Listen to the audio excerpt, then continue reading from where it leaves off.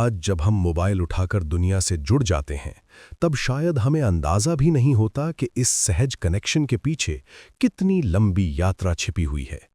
ये कहानी है उस इंसान की जिसने भारत को इंतज़ार से आज़ादी दिलाने का सपना देखा।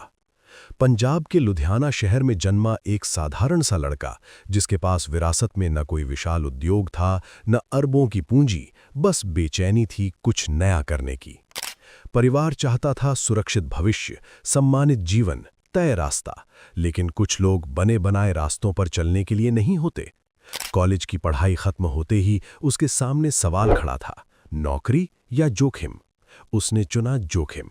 बहुत छोटी सी पूंजी, लगभग 20,000 रुपए, और साइकिल के पार्ट्स बनाने का काम। एक छोटा वर्कशॉप, मशीनों की आवाज और भीतर पलता हुआ एक बड़ा सपना। दिन भर मेहनत, रात भर योजनाएं, कैसे बढ़ना है, कैसे आगे जाना है। धीरे धीरे कारोबार चलने लगा, उम्मीद आकार लेने लगी। तभी परिस्थितियां बदल गईं, नीतियां बदलीं, बाजार बदला और अचानक नींव डगमगा गई। जो बन रहा था वो टूटने लगा। यहीं बहुत से लोग रुक जाते, हार मान लेते, सपनों को भूल जाते। लेकिन उसने ठहर कर सोचा, अगर ये अंत है तो शुरुआत कहाँ है? इसी सवाल ने उसके भीतर एक नई दिशा जगाई, और यही बेचैनी उसे दुनिया देखने बाहर ले जाने वाली थी, जहां उसे पहली बार भविष्य दिखाई देने वाला था। बिल्कुल साफ, बिल्कुल करीब और बिल्कुल अलग उसकी अब तक की हर सोच। जब वो भारत से बाहर निकला, तब शायद उसे खुद भी नहीं पता था कि ये यात्रा सिर्फ स्थान बदलने की नहीं, सोच बदलने की यात्रा बनने वाली है। 1980 के दशक में जापान तकनीकी बदलावों की तेज रफ्तार से दौड़ रहा था। मशीनें, सिस्टम, संचार, सब कुछ भविष्य की दिशा में बढ़ रहा था। और वहीं उसने देखा एक साधारण सा उपकरण, जो दिखने में छोटा था लेकिन अर्थ में बहुत बड़ा। एक टेलीफोन जिसमें घुमाने वाला डायल नहीं था, बल्कि बटन थे। Push button phone. आज ये सामान्य लगता है, लेकिन उस समय ये क्रांति था। एक बटन दबाते ही कॉल जुड़ जाती थी, तेज, आसान, आधुनिक। उसने उस फोन को सिर्फ देखा नहीं, समझा, और उसी पल उसके भीतर एक विचार जन्मा। अगर ये तकनीक भारत पहुंचे तो सब कुछ बदल सकता है। वो भारत लौटा, लेकिन इस बार उसके पास सिर्फ महत्वाकांक्षा नहीं थी, एक स्पष्ट दिशा थी। उसने पुश बटन फोन भारत लाने का फैसला किया। लोगों ने कहा ये जोखिम है, ये महंगा है, ये नहीं चलेगा। लेकिन जब किसी को भविष्य साफ दिखाई देता है, तब वर्तमान की शंकाएं छोटी लगने लगती हैं। उसने आयात शुरू किया, बाजार धीरे धीरे बदलने लगा, लोग सुविधा को अपनाने लगे। लेकिन सफलता की राह सीधी नहीं होती। सरकारी नियम बदले, आयात पर रोक लगी, और एक बार फिर रास्ता बंद हो गया। अब उसके सामने फिर वही सवाल था, रुकना है या रास्ता बदलना है? और इस बार उसने सिर्फ रास्ता नहीं बदला, उसने खेल का नियम बदलने का फैसला किया। जब आयात का रास्ता बंद हुआ, तब उसके पास दो विकल्प थे, पीछे हट जाना या खुद निर्माण शुरू करना। उसने दूसरा रास्ता चुना। अगर तकनीक बाहर से नहीं आ सकती, तो उसे भारत में बनाया जाएगा। यहीं से उसकी सोच एक व्यापारी से निर्माता की सोच में बदल गई। लेकिन इसी दौरान दुनिया में एक और बदलाव जन्म ले रहा था, जो उससे भी बड़ा था, मोबाइल संचार। ऐसे फोन जो तारों से मुक्त होंगे, जो लोगों को कहीं भी कभी भी जोड़ सकेंगे। भारत में उस समय मोबाइल फोन की कल्पना भी दूर की बात थी।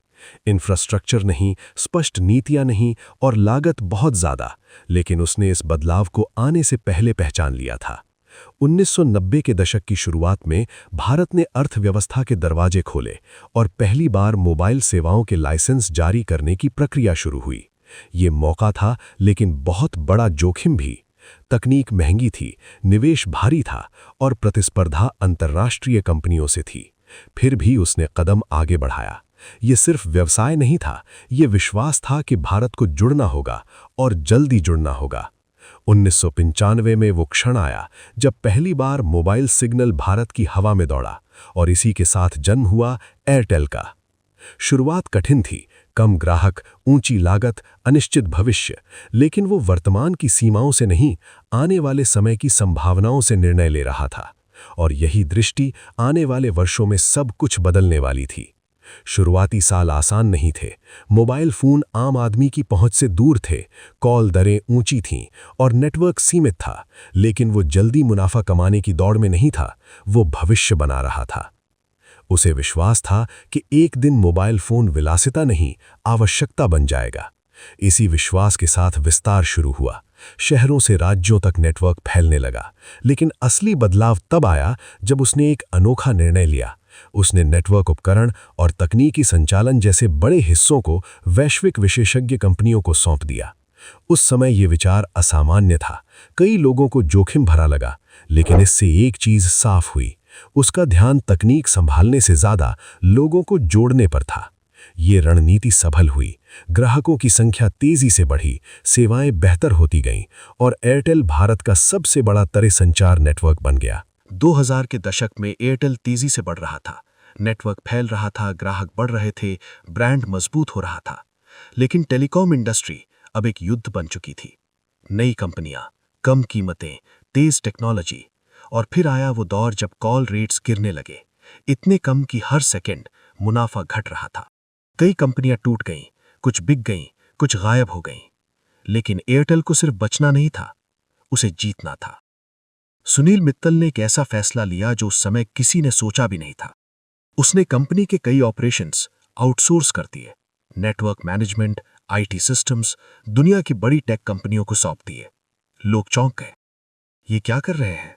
अपनी कंपनी का कंट्रोल दे रहे हैं। लेकिन सुनील का विजन अलग था। वो समझ चुका था, हर चीज खुद करने से बेहतर है जो सबसे अच्छा करे उसे करने दो। इस फैसले ने एयरटेल को हल्का, तेज और ज्यादा प्रभावी बना दिया। फिर आया अंतर्राष्ट्रीय विस्तार। भारत से बाहर जाना एक और बड़ा जोखिम। अफ्रीका, एशिया, नई संस्कृतियां, नई चुनौतियां। लेकिन सुनील मित्तल सिर्फ एक भारतीय कंपनी नहीं बनाना चाहता था, वो एक ग्लोबल नेटवर्क बनाना चाहता था। और धीरे धीरे एयरटेल की पहुंच देशों की सीमाओं को पार करने लगी। वो लड़का जिसने 20,000 रुपए से शुरुआत की थी, अब करोड़ों लोगों को जोड़ रहा था। उसका नेटवर्क सरहदों को पार कर रहा था। उसकी कंपनी दुनिया की सबसे बड़ी टेलीकॉम कंपनियों में शामिल हो चुकी थी। लेकिन इस कहानी की असली ताकत पैसा नहीं है। असली ताकत है सोच। एक ऐसी सोच जो हार को अंत नहीं मानती। एक ऐसी सोच जो भविष्य को पहले देख लेती है। एक ऐसी सोच जो डर से बड़ी होती है। सुनील मित्तल ने हमें क्या सिखाया? कि शुरुआत छोटी हो सकती है, लेकिन सोच बड़ी होनी चाहिए। कि असफलता रास्ता बंद नहीं करती, रास्ता बदलती है। कि जब दुनिया कहे नामुमकिन, तभी सबसे ज्यादा कोशिश करनी चाहिए। आज जब आप अपने फोन से कॉल करते हो, वीडियो देखते हो, मैसेज भेजते हो, तो शायद आप ये महसूस नहीं करते, लेकिन हर सिग्नल के पीछे एक सपना है, एक जोखिम है, एक संघर्ष है और एक इंसान है जिसने विश्वास किया कि भारत जुड़ सकता है। ये कहानी है एक छोटे शहर के लड़के की जिसने देश की आवाज बदल दी, एक सपने की जो सिग्नल बन गया, एक नाम की जो नेटवर्क बन गया। सुनील भारती मित्तल सिर्फ एक बिजनेसमैन नहीं, एक कनेक्शन, एक विजन, एक विरासत।